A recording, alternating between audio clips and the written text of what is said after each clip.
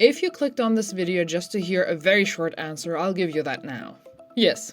If you want to hear my longer answer, then buckle up, cause I got some things to say. So hi, my name is Lyra, and I've rediscovered art for me after a break of about 10 years. You can have a wild guess the year I picked it up again. So what do I mean with art challenges? I mean those that have a certain time frame, be it a week, 10 days, or a month. You surely have heard of Inktober, Mermaid, and Huevember, and so many more. I found those intimidating but loved the ideas other people came up with, so my first ever art challenge I did was Stocktober. On each day of October, the amazing stock photographer Null Entity on DeviantArt and Instagram would share one pose to reference for that day. It was interesting to be forced to do poses that I wasn't comfortable with, and even when I didn't really like the result, I loved the improvement I was seeing. And this brings us to the first, and to be honest, biggest benefit of art challenges. You improve if you really take it seriously. In Stocktober, I improved my posing and I got less scared of doing weird perspectives. When you do other challenges, you might not have a reference, but you can aim to use a new medium or restrict yourself in a certain way. And even if you don't do any of that and stay in your comfort zone, which by the way is not a bad thing, you still draw every day. Repetition, or rather routine, is always great to build up your creative muscles. Which brings me to my second point.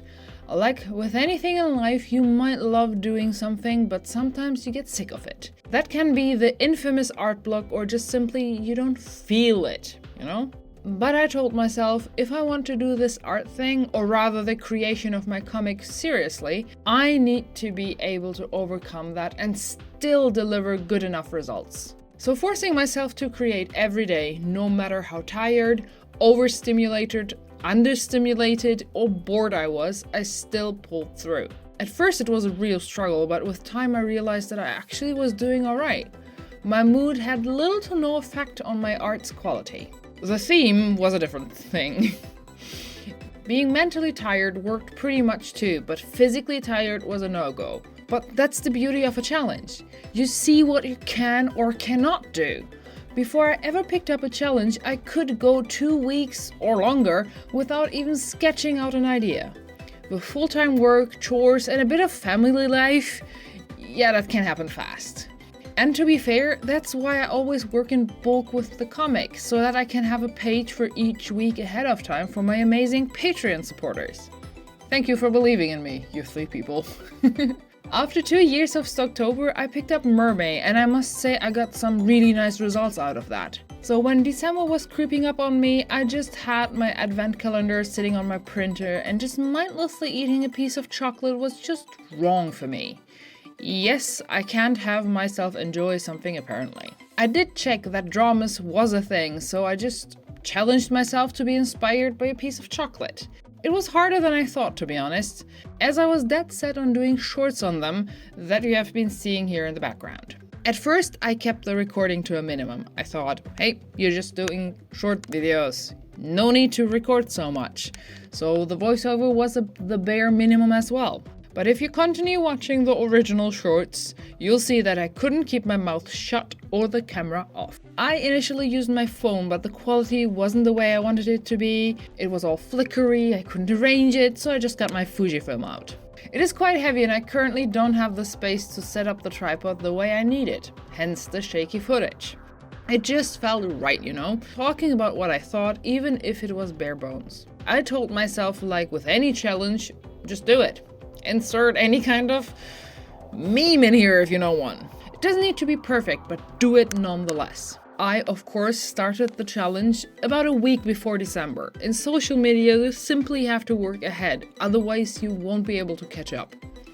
And I had a pretty good track record if I can pat myself on the back a bit. My problem to the end of the challenge was that I got sick. And as I am writing this script, I still haven't recovered. Damn flu or whatever I have caught. Sorry for the rambling, but all this has a point. It is an example how I not only challenge myself to draw every day, but edit every day as well. It is amazing to see what is possible once you set your mind to it. Does this mean you should constantly do challenges? Hell no. As much as it is amazing to put out so much in such a short time, you need to rest as well. Learning your limits is key. There's no shame in giving up a challenge. I had to give up the third Stocktober I participated in this year. My work life was a mess, and with me changing the job and my ex-employer being a very big... I could swear really long here, but whatever. Let's just say I had to prioritize. Another thing that you can benefit from is the understanding of the algorithm. During Mermaid, for example, I realized that Insta really doesn't care about regular image uploads. But then again, regular, real uploads during dramas didn't do much either. Freaking meta. But the dramas was a nice testing ground for YouTube. I had heard from Thor on Pirate Software to uncheck the publish to subscription feed and notify subscribers option for shorts and how the algorithm works around that. So some videos I didn't uncheck it and some I did. I must say it helped a bit. When you're doing something every day, you get to test other things too. I tried loading the videos with lots of tags and some without. For a small or rather tiny creator like me, it didn't work much. Once I put a hashtag in the title though, that was a nice surprise to work out pretty well, or at least better. A second hashtag crashed the views down though, so don't try that. I was in for a surprise when I had skipped a couple of days, due to being sick. I uploaded it, and just with the hashtag in the title, the unchecked sub thing, and the views soared to the thousands, which is unusual for me. The next day, same tactic, nada. So I will give 1 day breaks between new videos. Still gotta try stuff out. Another part that is really cool aspect of a challenge, if a very small one, like a draw this in your style kind, is the community that can grow around it. When looking through hashtags in your social medium of choice, you might find yourself striking up a conversation or become part of it. I mean, the whole deal of the art fight is the very base of this idea. I think it is a bit like following a trend in the hopes that you get seen, but this one would be more your thing. Trends can be very restricting, and you become just one in a million doing the same thing, but with a challenge, the non-trend kind, you can just take it and make it your own. I know it sounds like I'm comparing something very similar to each other, but I guess that is just me being bad at explaining my point. I'd love to hear what you think about this.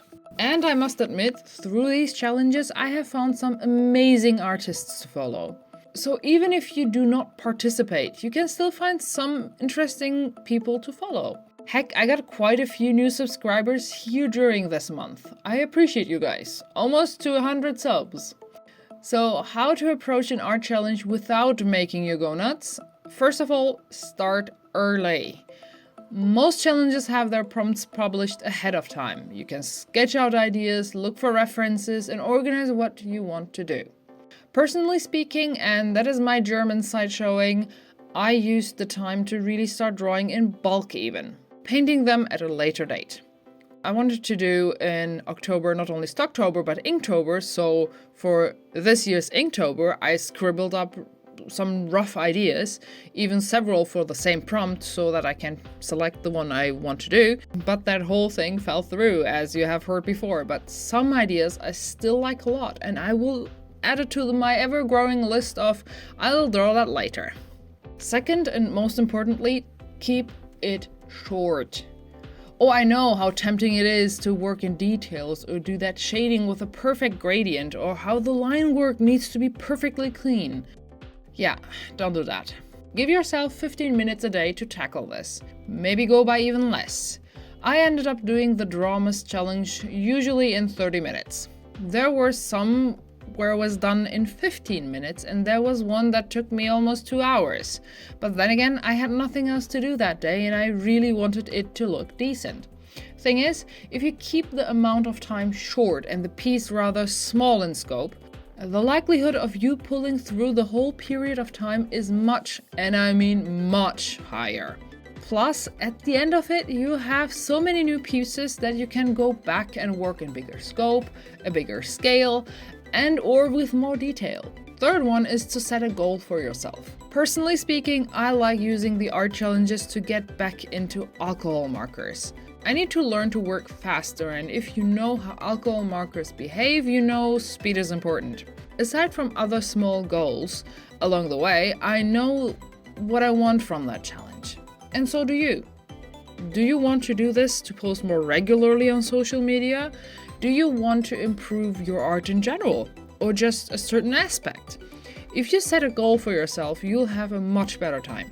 4. Oh, I probably should have mentioned this one earlier in the video somewhere.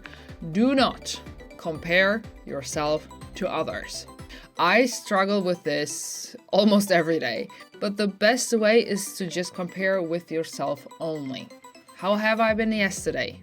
How was it last week, last month, or even last year? Especially on social media, one can't help but envy the likes, the views, the subscribers, followers, and sometimes I have the feeling I'd like to punch people that complain that they haven't reached their 100k views with the last upload. But that's their benchmark, not mine. And you shouldn't either. It hampers you more, and at the end of the day, it doesn't even really matter. Did you enjoy making that art piece? Did you learn from it? Did you get to your goal you set to yourself? Did you get it out of your system? I mean, let's be real. This script I'm writing right now and the video I'll be editing soon for this will barely be viewed by 100 people, and that's if I get lucky. If I get really, really lucky, maybe 1,000. But I won't beat myself up about it. You know why? Because I had the urge to create this, to write this, to pour my thoughts out, to use all the footage that I've created this month and have it in a bit longer format compared to the very restricting 60 seconds of a short. It feels nice, and that's all that matters. Maybe a bit nostalgic even. I used to make long videos for a completely different channel, but hey. While I say not to compare yourself to others, this doesn't mean you shouldn't be inspired by other people. I love so many artists, and on a recent con, I was so happy to buy prints by some artists that I have been following for years. I even had it signed by them. I got the art on my wall right now, and whenever I glance over them, it urges me to do the next piece. I don't know which challenges I'll be doing this year. Mermaid was a lot of fun, so maybe that one. But for whatever you want to do, I can only say you won't lose anything by challenging yourself. I want to thank my lovely 3 Patreon supporters who helped me realize my dream of making my comic full-time. And thank you for watching till this point. I'm just curious, if you made it this far, could you be a dear and drop a half moon emoji in the comments? Like and subscribe if you like what I did, but I'm telling you, I'll be making more shorts and not so frequent long videos. At least that is my plan for the near future. I wish you all a great start to this new year and stay healthy, guys.